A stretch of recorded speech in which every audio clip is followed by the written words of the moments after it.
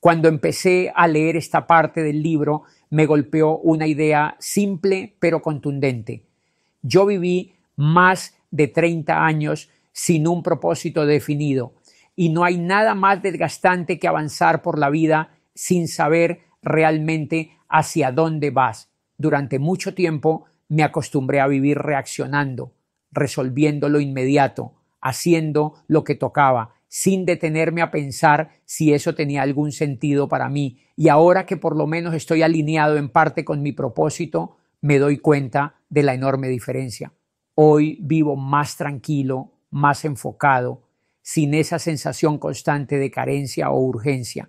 No siento que me falte nada porque por primera vez sé exactamente qué quiero construir y para qué lo quiero construir. Esa claridad, que en otro tiempo me pareció imposible, cambió por completo la forma en que me relaciono con mi día a día. El libro presenta este principio de una manera muy directa.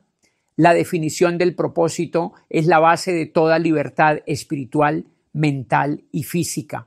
Y aunque suene grande, lo entendí de forma muy sencilla cuando lo comparé con lo que había sido mi vida antes. Sin propósito, uno se llena de tareas, pero no de dirección. Se siente ocupado, pero no conectado. Y mientras leía, recordé cómo durante años creí que avanzar era suficiente, cuando en realidad solo estaba acumulando movimientos sin sentido. Hill lo dice con claridad. Este es el primero de 7 principios, pero no funciona como una lista, funciona como un pilar. Si ese pilar está flojo, todo lo demás se tambalea. A medida que avanzaba, el libro relaciona este principio con los otros 6. Dominio sobre uno mismo, aprender de la adversidad, controlar la influencia ambiental, gestión del tiempo, armonía y cuidado. Y cuando los puse en perspectiva, entendí por qué tantos años me costó mantener hábitos, superar ciertas situaciones o proteger mi energía. ¿Cómo podía dominarme si no sabía para qué? ¿Cómo iba a aprender de la adversidad si no tenía un objetivo que me recordara por qué valía la pena resistir? ¿Cómo iba a cuidar mi entorno si no sabía que debía proteger? Incluso el tiempo se me escapaba, no porque fuera poco, sino porque no estaba dirigido hacia nada concreto. Lo que más me removió fue la idea de que el propósito es una forma de liberación. Yo antes pensaba que tener un propósito te ponía presión, que te volvía rígido, pero el libro dice lo contrario. Sin propósito, eres víctima del ritmo hipnótico, ese estado de vivir en automático, repitiendo patrones que ni siquiera elegiste. Cuando lo leí, sentí un impacto fuerte porque me vi reflejado en esa descripción. Yo estuve ahí muchos años repitiendo rutinas, creyendo que la vida era así, sin cuestionar por qué todo se sentía tan parecido un día tras otro. Por eso entender el propósito ahora me resultó tan liberador. No me restringe, me ordena, no me amarra, me despierta. Hill afirma que un propósito debe ser tan claro que puedas expresarlo sin titubear. Y esa frase se me quedó pegada. Porque ahora que puedo decir con precisión qué quiero y hacia dónde voy, entiendo por qué mi vida se siente más ligera. No porque todo sea perfecto, sino porque todo tiene un sentido. Las prioridades cambian solas, las decisiones se vuelven más simples, incluso los problemas se sienten manejables porque ya no compiten con el vacío de no saber quién eres o qué buscas. Al final, esta sección me hizo confirmar algo que ahora tengo claro. Los otros 6 principios no funcionan sin este primero. La autodisciplina necesita un ¿para qué? La adversidad necesita un propósito que la justifique. El entorno necesita un centro interno que lo filtre. El tiempo necesita un destino que lo haga valioso. La armonía y el cuidado necesitan una intención que lo sostenga. Hoy lo puedo decir desde la experiencia. Vivir sin propósito desgasta, pero vivir con propósito, aunque apenas estés alineándote, transforma todo. Algo que me impactó profundamente en este capítulo fue el diálogo entre el interrogador y el diablo. No porque sea un diálogo metafórico o provocador, sino porque revela una verdad incómoda que yo vi reflejada en mi propia vida. Las personas que no tienen un propósito definido son fáciles de manipular, fáciles de desviar, fáciles de distraer. Y cuando el diablo admite que no puede controlar a alguien que sabe exactamente a dónde va, entendí por qué durante tantos años me sentí atrapado en ciclos que no lograba romper. Yo no tenía propósito, así que cualquier cosa externa podía moverme, influenciarme o confundir mis decisiones. Era como vivir sin espina dorsal, reaccionando a lo que pasara en el día. Lo más fuerte es cómo Hill plantea este poder. No lo presenta como una motivación bonita, sino como una protección real. Cuando el diablo reconoce que pierde control sobre cualquier persona con propósito claro, a mí me quedó una frase marcada. Tener propósito no solamente te guía, también te protege. Protege tu mente, tus decisiones, tus emociones y tu energía. Y mientras lo leía, no pude evitar pensar en cómo antes cualquier opinión externa, cualquier problema o cualquier distracción tenía la fuerza suficiente para sacarme del camino. Hoy, en cambio, cuando sé lo que quiero, ya no me siento tan vulnerable a esas interferencias. Es como si todo pasara por un filtro interno. Si no contribuye a mi propósito, simplemente no entra. Hill deja claro que esto no es magia ni una cualidad con la que uno nace. La definición del propósito, según el libro, es una habilidad. Y esa idea me alivió porque durante años pensé que había algo mal en mí por no encontrarlo, como si otras personas nacieran sabiendo qué querían hacer con su vida. Pero aquí Hill lo explica de una forma más humana. El propósito se construye, se entrena, se ajusta, se practica. Nadie lo tiene totalmente claro al principio y cuando entendí eso, dejé de presionarme por tener una respuesta perfecta y empecé a ver el propósito como un músculo. Entre más lo ejercitas, más fuerte se vuelve. El diálogo muestra que la falta de propósito es literalmente una brecha mental por donde entra la influencia negativa. El diablo dice que puede manipular las dudas, los miedos, las inseguridades y los pensamientos dispersos de cualquiera que viva sin dirección. Y ahí me di cuenta de cuánto tiempo viví así, dejando que mis circunstancias definieran mi estado emocional. Vivir sin propósito me hacía vulnerable, no porque fuera débil, sino porque no tenía un punto fijo que me recordara quién era y qué quería. Cualquier crisis me sacaba del camino, cualquier comentario me hacía dudar, cualquier fracaso me hacía cambiar de rumbo. Cuando entendí esto, me quedó claro que el propósito no solo es una declaración, es un antídoto, es una de las pocas herramientas que realmente cierra la puerta a esa influencia que Hill llama diablo, que realmente es cualquier forma de pensamiento que te empuja hacia la inercia, la apatía o la confusión. Hoy, desde mi propia experiencia, puedo confirmarlo. Cuando tengo un propósito claro, mis decisiones son más firmes, mis emociones son más estables y mis días tienen un hilo conductor que antes no existía. Ya no me levanto a ver qué pasa, me levanto a mover algo que tiene sentido.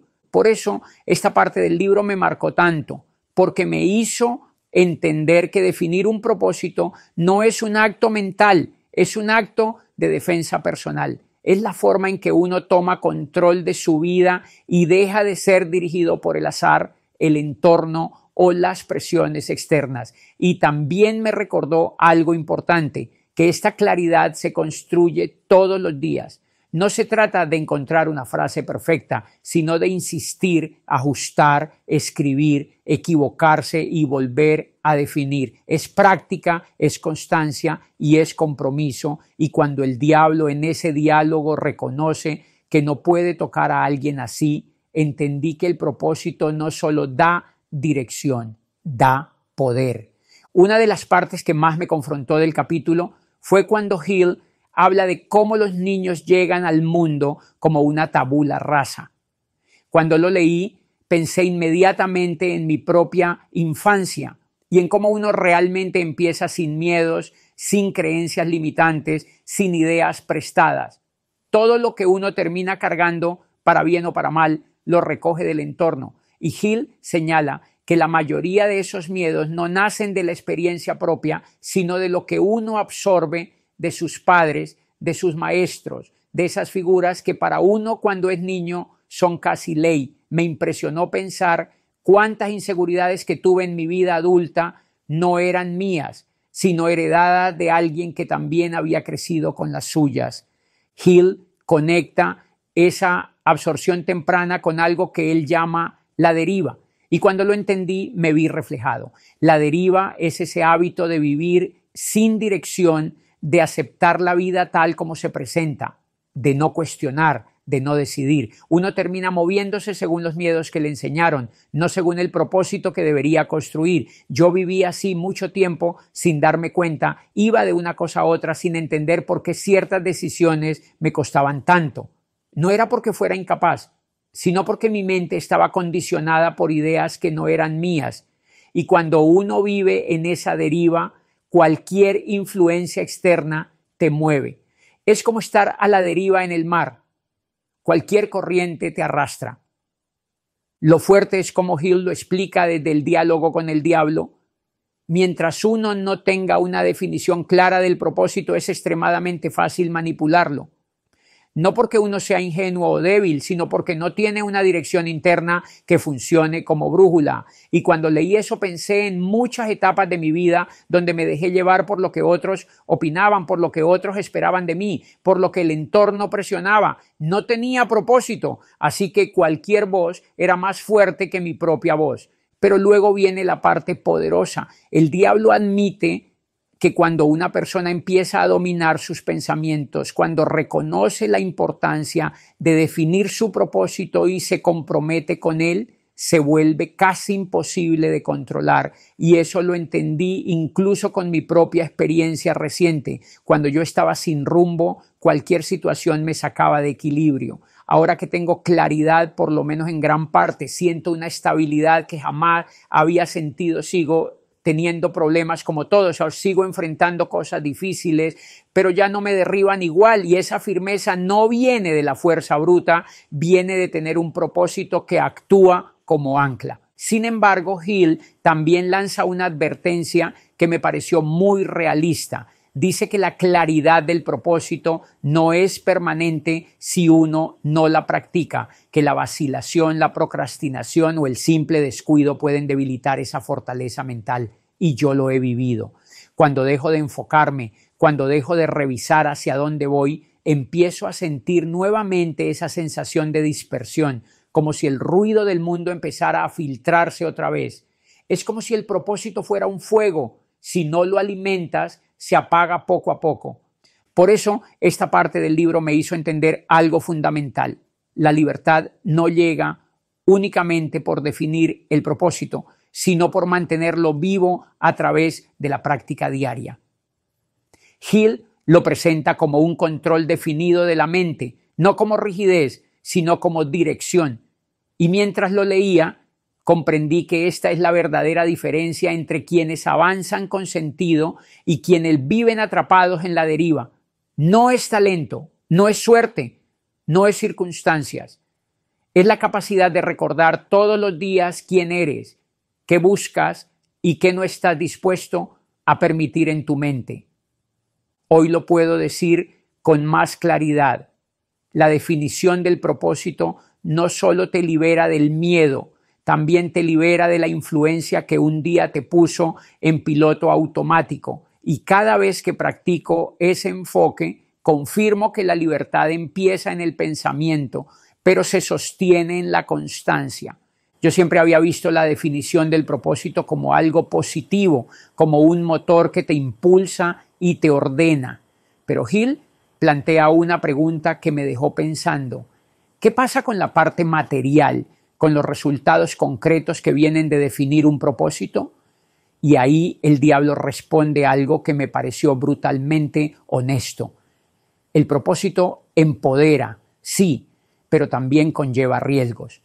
porque si el propósito nace de motivos equivocados, se convierte en un arma de doble filo. Esa idea me hizo evaluar mis propias intenciones. El diablo dice que incluso los planes inmorales pueden tener éxito por un tiempo. Y cuando lo leí, pensé en todas esas historias de personas que alcanzan resultados impresionantes, pero que después todo se les derrumba. Hill explica que eso sucede por la ley de compensación, una especie de equilibrio inevitable. Y entendí que la definición del propósito no garantiza automáticamente un camino correcto.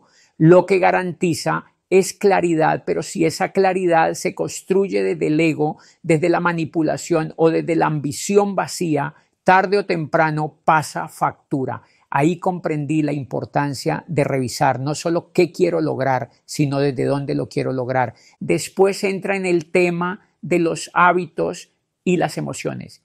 Y esta parte me pareció muy profunda porque el diablo admite que todos los hábitos pueden llevar a la deriva, excepto uno, el amor por la definición. Y lo tuve que releer para procesarlo. Lo que está diciendo es que la única forma de no caer en la repetición inconsciente es mantener vivo el compromiso con tu propósito. Todo lo demás, incluso los hábitos positivos, pueden convertirse en piloto automático si uno no está vigilante. Y eso me hizo pensar en cómo muchas veces incluso hábitos buenos que yo tenía se convertían en rutinas sin sentido porque no estaban vinculados directamente a mi propósito. Lo más interesante es cómo Hill aborda el tema del amor. El libro dice que el amor es un motivador muy poderoso, pero también puede volverse un obstáculo si no se mantiene bajo control consciente. Yo lo viví. Muchas decisiones importantes en mi vida llegaron desde el amor, pero tomadas sin claridad mental. Y en ese momento no me parecían decisiones equivocadas. Pero después entendí que el amor mal conducido puede nublar incluso la mejor intención. Hill pone al amor y al miedo como dos fuerzas duales. Ambas pueden sacar a una persona de su propósito si no están equilibradas. Y cuando leí eso, pensé en cuántas veces el miedo me frenó y cuántas veces el amor me empujó hacia direcciones que no estaban alineadas conmigo. Luego Hill entra en uno de los mensajes más poderosos de todo el capítulo, la importancia de la acción y la persistencia. Él dice algo que me pareció increíblemente liberador. Un plan débil ejecutado con definición vale más que un plan perfecto ejecutado en modo indefinido. Y eso me tocó porque yo fui de esos que esperaban tener el plan perfecto para comenzar. Muchas ideas buenas las dejé morir porque quería que cada detalle estuviera asegurado. Cuando leí esta parte, me di cuenta de que lo que me faltaba no era un plan más sofisticado, sino más acción. Hill aclara que el éxito suele venir de la constancia, no de la genialidad del plan. Y viendo mi vida ahora puedo confirmarlo. Los pasos que tomé, aún con duda, fueron los que me movieron realmente. La persistencia también tiene un papel clave en cómo uno enfrenta los fracasos. Cuando uno tiene un propósito claro, los contratiempos se sienten diferentes, ya no te detienen, te redirigen. Hill dice que el fracaso temporal se convierte en una oportunidad de ajuste. Y eso lo he vivido de forma muy concreta. Antes, cualquier error me hacía cuestionar todo. Ahora, cuando algo no sale bien, simplemente evalúo, ajusto y sigo. Esa resiliencia no vino de ser más fuerte emocionalmente, sino de tener algo más grande que me sostiene. Por eso esta parte del libro me dejó tan marcado, porque muestra que la definición del propósito no es un concepto abstracto, tiene consecuencias reales, tanto positivas como negativas. Muestra que las emociones pueden apoyarte o desviarte, que los hábitos pueden impulsarte o adormecerte y que al final lo que crea el resultado no es la perfección del plan, sino la fuerza del propósito combinado con la acción persistente. Esta sección me confirmó que cuando uno tiene claro hacia dónde va, incluso los pasos pequeños empiezan a mover montañas. Hill entra en una conversación que para mí fue como el cierre perfecto de todo lo que venía construyendo, las implicaciones morales del propósito. Y me llamó la atención cómo, a pesar de todo lo que había hablado sobre la mente, la disciplina, la persistencia y la claridad, termina recordando algo que para muchos es incómodo, pero fundamental. No todo propósito es bueno por el simple hecho de estar definido. Y eso me hizo detenerme a pensar, porque uno puede tener claridad, puede tener enfoque y puede tener disciplina, pero si el propósito nace desde un lugar incorrecto, ese camino no dura. El diablo lo reconoce de una manera fría pero lógica. Los planes que se construyen desde la justicia, desde la moralidad, desde la intención correcta, tarde o temprano florecen. Puede que no tengan un crecimiento inmediato, puede que tarden, puede que no sean espectaculares al principio, pero su crecimiento es real y es estable, y mientras lo leía pensé en cómo en mi vida he visto ejemplos de eso, personas que avanzan más lento, pero avanzan con una coherencia interna que no se quiebra, personas que, aunque enfrentan obstáculos, parecen tener una resistencia distinta porque el propósito desde el que actúan no está contaminado por el ego ni por la intención de aprovecharse de otros. Por el contrario, el diablo admite algo que muchos no quieren aceptar. Un propósito inmoral también puede traer éxito, pero solo por un tiempo. Esa parte me impactó porque lo dice sin rodeos. Puedes lograr cosas, puedes ganar, puedes avanzar, pero todo eso es temporal si el propósito está basado en dañar, manipular, engañar o aprovechar. Y cuando leí eso, pensé en lo fácil que es dejarse tentar por atajos, por resultados rápidos, por decisiones impulsadas por el orgullo o la necesidad, pero Hill deja claro que esos resultados tienen fecha de vencimiento. Y cuando llega a ese punto de quiebre, la caída es inevitable por la misma ley de compensación que él describe, todo vuelve a su equilibrio. Esto me llevó a reflexionar sobre mi propio propósito, no solo sobre lo que quiero crear o lograr, sino sobre la raíz desde donde lo estoy haciendo. Hoy puedo decir que la tranquilidad que siento viene de estar alineado no solo con algo que me mueve, sino con algo que me hace bien internamente. Hay una paz que viene cuando sabes que tu intención no lastima, no manipula, no engaña. Y entendí por qué tantas personas que definen su propósito desde lugares oscuros viven inquietas, paranoicas o tensas. No es solo miedo a perder, es el peso de sostener algo que no tiene fundamento moral. Hill cierra el capítulo dejando un mensaje que yo sentí casi como una advertencia personal. La definición del propósito es fundamental para la libertad personal y el éxito, pero no basta con definirlo, hay que cuidarlo, mantenerlo, revisarlo y sobre todo asegurarse de que sea un propósito limpio, porque si no, ese propósito se convierte en una carga, no en una guía. Y mientras leía esas líneas finales, sentí como si el libro me dijera, sí, vas por buen camino, pero no te descuides.